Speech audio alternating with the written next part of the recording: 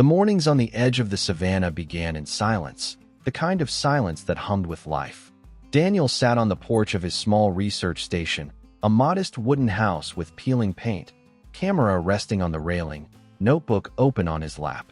He had chosen this solitary post deliberately, to document wildlife patterns firsthand, away from crowded labs and endless meetings.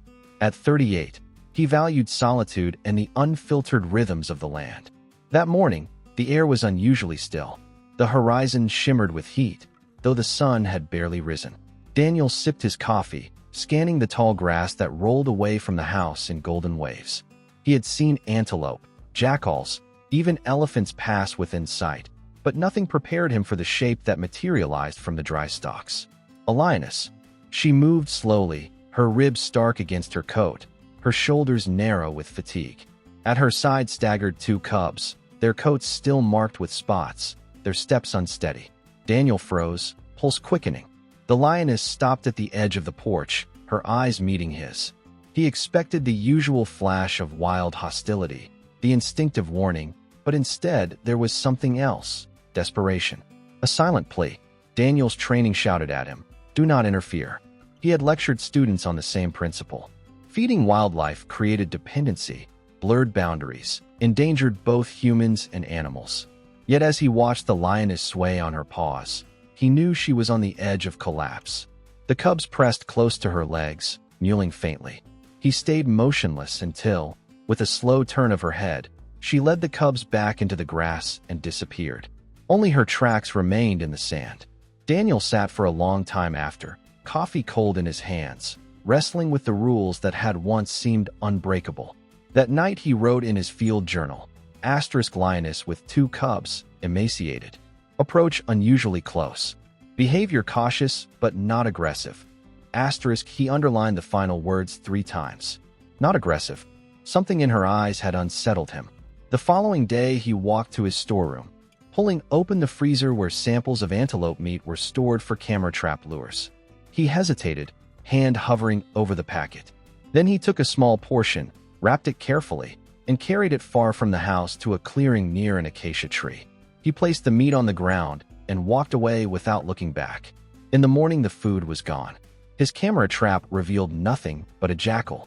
2 days later he tried again, this time adjusting the position of the camera. That night, through the grainy footage, he saw her. The lioness approached cautiously, pausing to sniff the air, then lowered her head and devoured the meat in swift bites before vanishing. The cubs did not appear, but faint rustles in the grass suggested they were near. Daniel felt a strange relief. She had survived another day. Yet unease followed close behind. He was crossing a line, however carefully. Each time he prepared another portion, he reminded himself to vary the location, to leave gaps of days between offerings. He recorded everything with clinical precision, time, weather, tracks. But the cold data could not hide the warmth stirring in his chest. By the end of the week, a pattern had formed. At dawn, she would sometimes emerge from the same patch of brush, scanning the clearing before retreating. Once, Daniel stepped onto the porch and whispered softly, not words, but sounds meant to soothe. The lioness froze, then sat back on her haunches, watching him. For a suspended moment, it felt less like an encounter between species and more like an exchange, fragile, tentative, but real. When she finally rose and disappeared with the grass closing behind her, Daniel exhaled slowly. He had made his choice, and the silent pact was sealed. He would give just enough to help her endure, but never so much that she forgot the wildness that defined her. Whether it was science or folly, time would tell. For now, it was simply trust, unspoken but undeniable. The first signs of the storm came with a change in the air. The sky, once clear and brittle blue, turned bruised and heavy. Winds picked up, rattling the shutters of Daniel's cabin and bending the acacia branches until they groaned. He noted the shift in his journal with clinical detachment, low pressure, darkening horizon, humidity rising, but unease crept beneath the words. Storms in the savannah were no passing showers. They were events that reshaped the land. By nightfall the sky split open. Sheets of rain fell in endless torrents, pounding the tin roof so loudly Daniel could barely hear himself think. Lightning tore jagged wounds across the horizon, and thunder rolled like the earth itself was breaking apart. He checked his camera traps remotely when the connection held, but images were useless. Blurred streaks of water, ghostly trees bent in the gale. For 3 days the storm raged without mercy. Water carved new channels in the ground, transforming paths into rivers of mud. Daniel remained indoors, pacing like a caged animal, his thoughts constantly circling back to the lioness. Had she found shelter? Could her cubs survive such relentless downpour? Each time the thunder cracked, he imagined the fragile bodies of the little ones pressed against their mother's side, clinging to warmth that might not be enough. On the 4th morning the storm finally broke. Silence returned, but it was not the silence of peace. It was heavy, sodden, punctuated by the drip of water from the eaves and the distant rush of flood-swollen streams. Daniel pulled on boots and waded through mud to check the shelter he had built near the acacia. The canvas had been torn half free, the ground churned by tracks. The food he had left was gone, but it told him nothing of who had taken it. Back at the cabin, as he peeled off his wet clothes, a sound reached him, soft at first, almost like scratching wood. He froze. It came again, more deliberate this time, from the porch. Daniel opened the door carefully. The lioness stood there. She was drenched, her coat matted with mud, ribs more visible than ever. But it was not her condition that rooted him to the spot. At her paws lay 2 small shapes. One cub raised its head weakly, blinking at him through wet lashes. The other lay still, its leg twisted at an unnatural angle, breath shallow and rattling. The lioness met his eyes, and in them he saw no aggression, only desperation, raw and pleading. Daniel's breath caught. Every instinct screamed at him to stay back, to let nature take its course. But this was no ordinary moment. The mother had brought her cub to him. Against every instinct of her species, she had chosen him as the only chance. He stepped back inside, fumbling for his phone. His hands shook as he dialed Dr. Patel, a veterinarian he trusted. The line crackled before connecting. Daniel explained in urgent fragments. The lioness, the injured cub, the unbelievable act of trust. Dr. Patel's voice came calm but firm. You must move quickly. Wrap the cub in cloth, use gloves, and place it in a carrier if you have one. Distract the mother with food if possible, but do not waste time. Every minute counts. Daniel hung up, his heart hammering. He grabbed leather gloves, a blanket, and the small animal carrier he kept for emergencies. On the porch, he placed a strip of meat at the far end, praying it would buy him moments. The lioness's ears flicked toward it, her body torn between hunger and fear for her young. She hesitated, then moved slowly toward the food, never taking her eyes off him. Daniel knelt by the cub. Its tiny chest rose and fell in shallow gasps. He wrapped it gently, tucking the fragile body into the blanket before sliding it into the carrier. The sibling pressed against his knee, mewling softly, but Daniel forced himself to focus on the injured one. Behind him, the lioness let out a low, broken sound that sent a shiver down his spine, half growl, half cry. He stood, lifting the carrier. The lioness took a step forward, muscles taut, but stopped short, as if some invisible line held her back. Her gaze locked on the box in his arms, and Daniel understood the weight of what had just happened. She was letting him go. He backed into the cabin, shut the door with shaking hands, and leaned against it, chest heaving. The cub whimpered faintly from within the carrier. Daniel whispered, "Hold on." Then, grabbing his keys and jacket, he prepared for the most dangerous drive of his life. A 3-hour journey through washed-out roads and flooded tracks, with a fragile life depending on his every choice. The veterinary center smelled of disinfectant and damp earth, a strange mixture of human order and wild origins. Daniel carried the small carrier into the brightly lit reception, his boots caked with mud from the storm.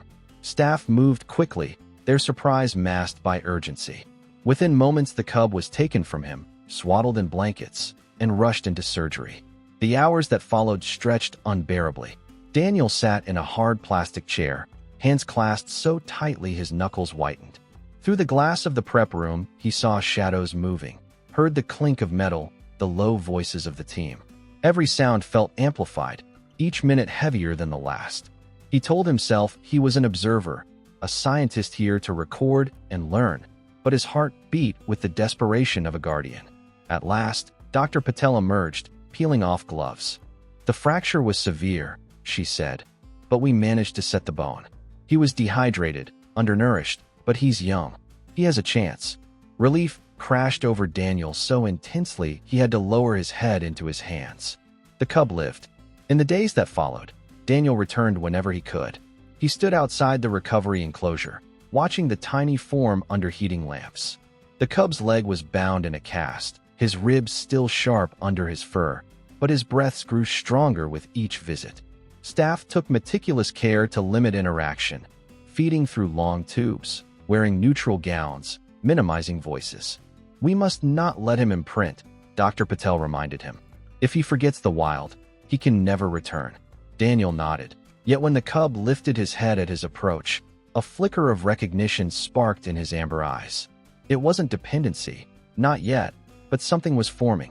Daniel whispered the name he had chosen, a name he had carried in his mind since that stormy night. Amari. Strength. He never said it aloud around the staff, but in the quiet moments, when only he and the cub seemed to exist, the word slipped out. Amari would stir, ears twitching, gaze steady. Daniel told himself it was coincidence, but his heart knew otherwise. Weeks stretched on. The cub gained weight, his fur grew glossier, and the limp in his steps softened.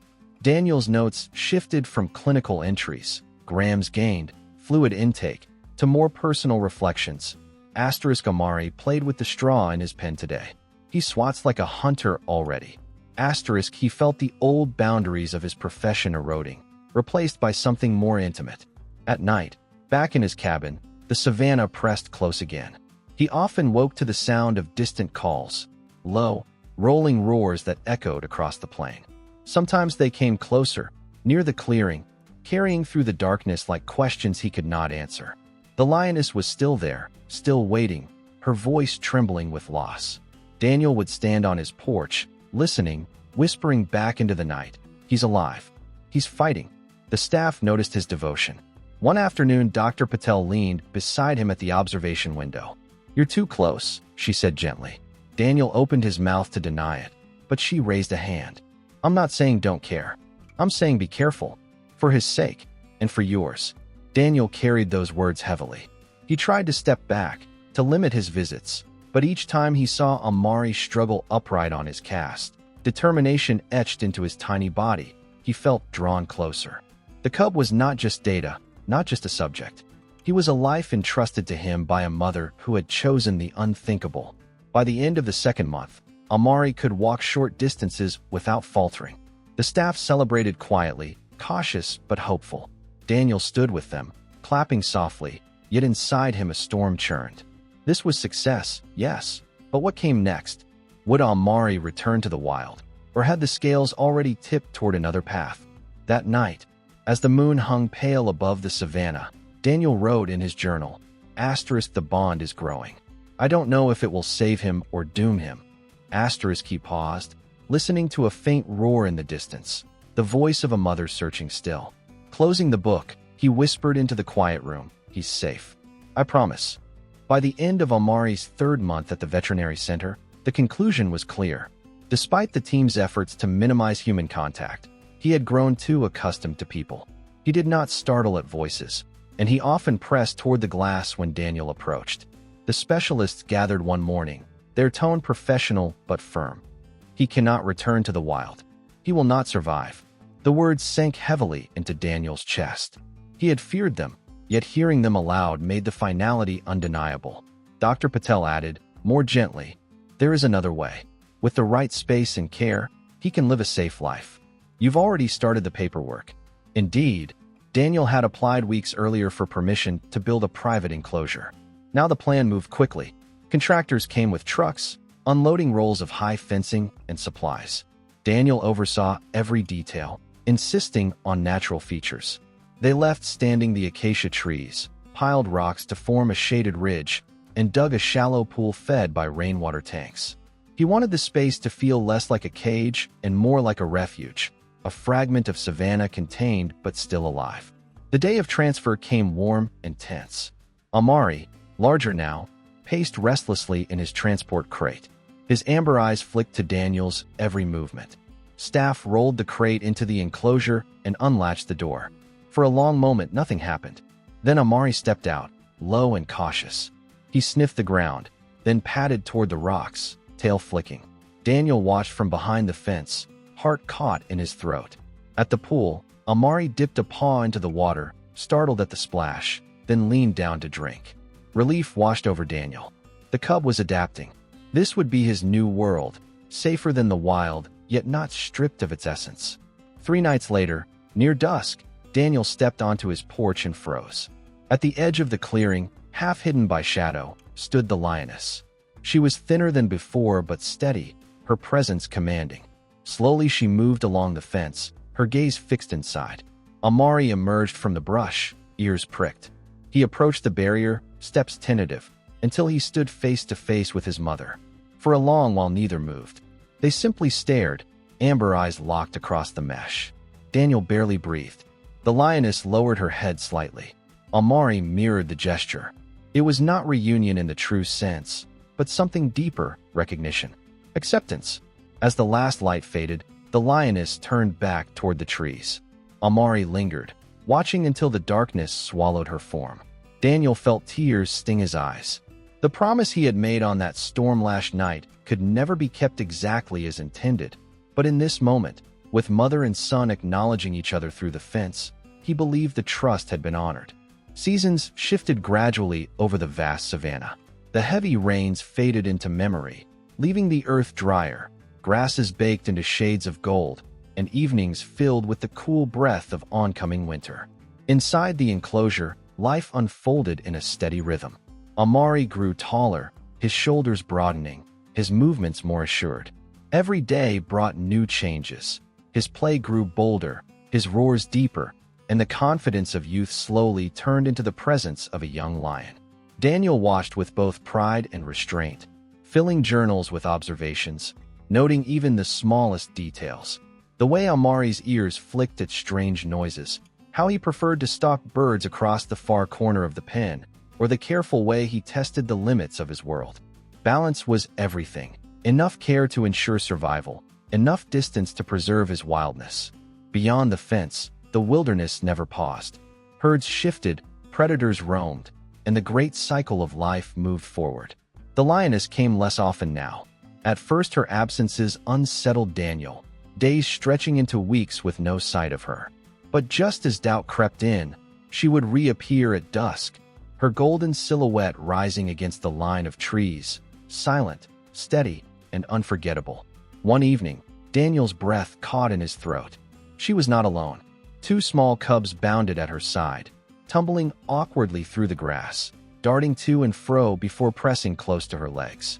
She led them with cautious dignity along the edge of the fence, pausing only long enough for them to glimpse Amari. The young lion pressed to the mesh, tail swishing with nervous energy, while the cubs blinked back, wide-eyed and curious. It was not a long visit.